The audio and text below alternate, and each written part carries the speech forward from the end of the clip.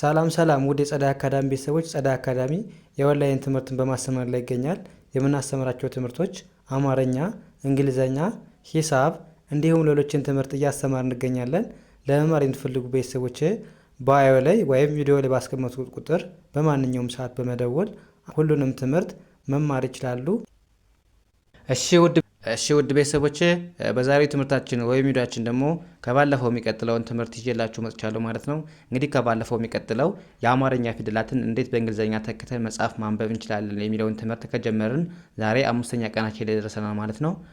እና ዛሬ ከከ እስከ ጀ ያሉትን የአማርኛ ፊደላት እንዴት በቀላል መንገድ በእንግሊዘኛ ተክተን መጻፍ እንችላለን የሚለውን ትምህርት ይዤላችሁ መጥቻለሁ ማለት ነው። ቪዲዮውን እስከ መጨረሻው ማየት እንዳይረሳ። እንዲሁም ለቻናላችን አዲስ የሆናችሁ ቤተሰቦች ላይክ፣ ሼር፣ ሳብስክራይብ በማድረግ እኛንም አበረታቱን እያልን ቀጥታ ወደ ትምህርቱ እንሄዳለን ማለት ነው።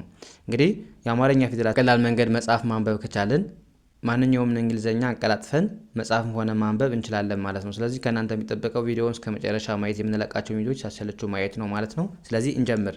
ያ ምን ይላል? የመጀመሪያው ከ ኩ ኪ ካ ኬ ክ ኮ። አሁን በአማርኛ ነበብኩላችሁ እንዴት እንጻፈው። እዚጋ ኬኢን እንግዲህ እዚጋ ለከ ስንል ማወቅ ያለብን መጀመሪያ ምንድነው ተነባቢው ማን ነው የሚለውን ብቻ መጀመሪያ አወቁልኝ። ከዛ ቀላል ነው ማለት ነው። መጀመሪያ ከስሙ እንደምትረዱት ለከ ቤተሰብ ተነባቢው ማን ነው? ተነባቢው ለዚህ ለሰባቱም ያገለግለን ማለት ነው። ማን ነው? ኬ ነች ማለት ነው። ኬ ነች። ኬ ከሆነች ካወቃችሁ ከዛ ምን በጣም ቀላል አናባቢዎቹ ከዛሬ ቀደም እንደሰራ ነው ተመሳሳይ ነው ማለት ነው። የመጀመሪያ ፊደል ኢ እንደሆነ አናባቢው፣ የሁለተኛ ፊደል አናባቢው ዩ እንደሆነ፣ የሶስተኛ አናባቢ አይ እንደሆነች፣ የአራተኛ ፊደል አናባቢ ኤ ነች፣ የአምስተኛ አናባቢ አይ ኢ ነው፣ የስድስተኛ ምንም የለውም፣ የሰባተኛ ኦ መሆኑ ብቻ መያዝ ነው የሚጠበቅባችሁ ማለት ነው። ተመሳሳይ ነው ከመጀመሪያው ጀምሮ ማለት ነው። ስለዚህ የመጀመሪያ ፊደል ኢ ከሆነ ከ ስንል አሁን ኬ ኢ ከ። ኩ ስንል ኬ ዩ ኩ ብለን እናነባለን። ኪ ስንል ኬ አይ ኬ። ካ ስንል ኬ ኤ ካ። ኬ ስንል ኬ አይ ኢ ኬ። ክ ስንል ኬ ብቻ ክ። ኮ ኪ ኦ ኮ ኮ። ያ በዚህ መልኩ ካየን ቀጣይ ማን እናገኛለን? ወ እንዴት ነው የምናነባው? እዚህ ጋር ወ ስንል ለወ ለቤተሰብ የሚያገለግለን ማን ነው የሚለውን እዩ። ለወ ቤተሰብ የሚያገለግለን ማን ነው? እዚህ ጋር አሁን ለወ የሚያገለግለን ማን ነው? እዩ ዳብሊው ነው ማለት ነው። ዳብሊው ለሰባቱም የሚጠቀምነው እዚህ ጋር ማን ነው? ዳብሊው ነው ማለት ነው። ስለዚህ ዳብሊው ከሆነ አናባቢዎቹ ተመሳሳይ ነው። ከዚህኛው ጋር የተጠቀምነው እዚህ ጋር መጠቀም እንችላለን። ስለዚህ ወ ስንል ዳብሊው ኢ ወ። ው ዳብሊው ዩ ው ብለን እናነበዋለን። ዳብሊው አይ ዊ ዳብሊው አይ ዊ ብለን እንጽፋለን እናነባለን። ዋ ስንል ዳብሊው ኤ ዋ። ዌ ስንል ዳብሊው አይ ኤ ዌ። ው ስንል ዳብሊው ብቻ ው። ጎ ስንል ዳብሊው ኦ ወ። አያችሁ አሁን መጀመሪያ ምን አየን? አናባቢን አወቅን፣ ተነባቢን አወቅን። ከዛ አናባቢው ተመሳሳይ ነው። ከዚህ የተጠቀምነው እዚህ ጋር መጠቀም እንችላለን። በቃ ተመሳሳይ ነው ማለት ነው። የመጀመሪያ ኤ ነው፣ ከዛ ዩ እያደረግን ነው የምንሄደው ማለት ነው። ስለዚህ እናንተ እንደነገርኳቸው ተነባቢው ማን ነው የሚለው መጀመሪያ ማወቅ ያስፈልጋል ማለት ነው። ስለዚህ ከስሙ አብዛኞቻችሁ ከስማቸው ጋር ስለሚመሳሰሉ ምንም ችግር የለውም። አሁን ወ ከዳብሊው ጋር ይመሳሰላል። ዘ አሁን ቀጣይ ዘ እናያለን።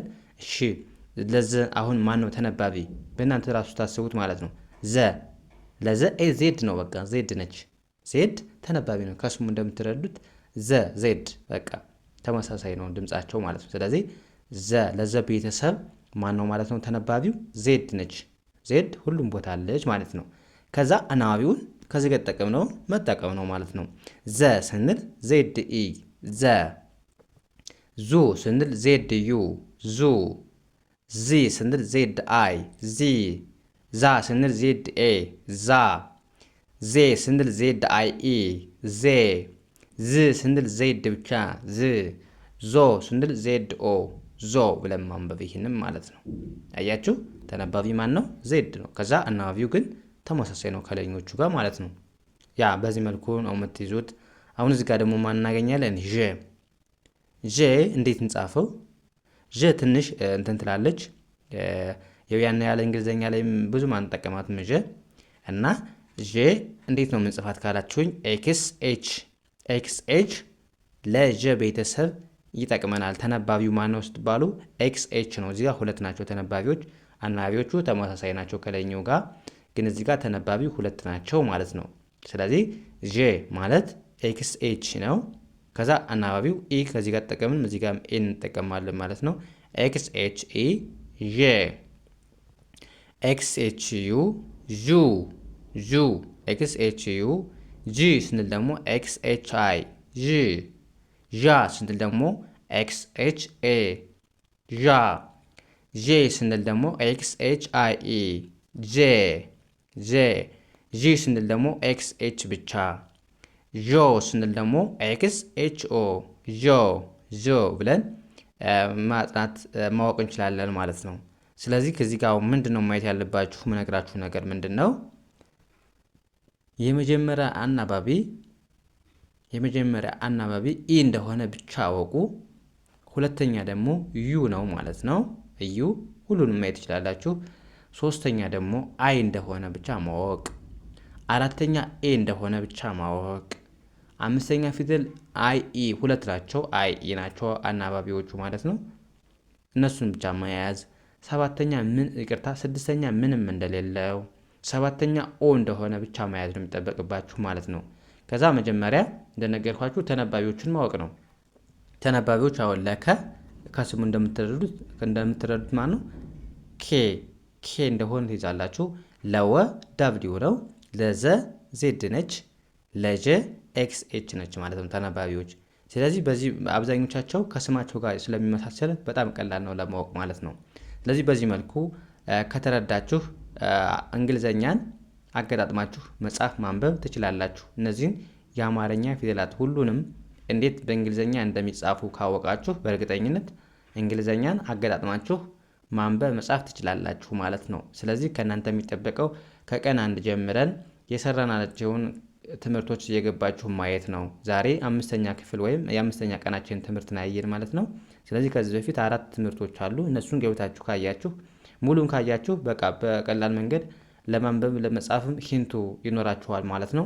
ስለዚህ የዛሬውን ክላሳችን እዚህ ጋር እናበቃለን። ቀጣይ በሌላ ተመስገን እንገናኝ። መልካም ጊዜ ተመኘሁላችሁ። ሰናይ ጊዜ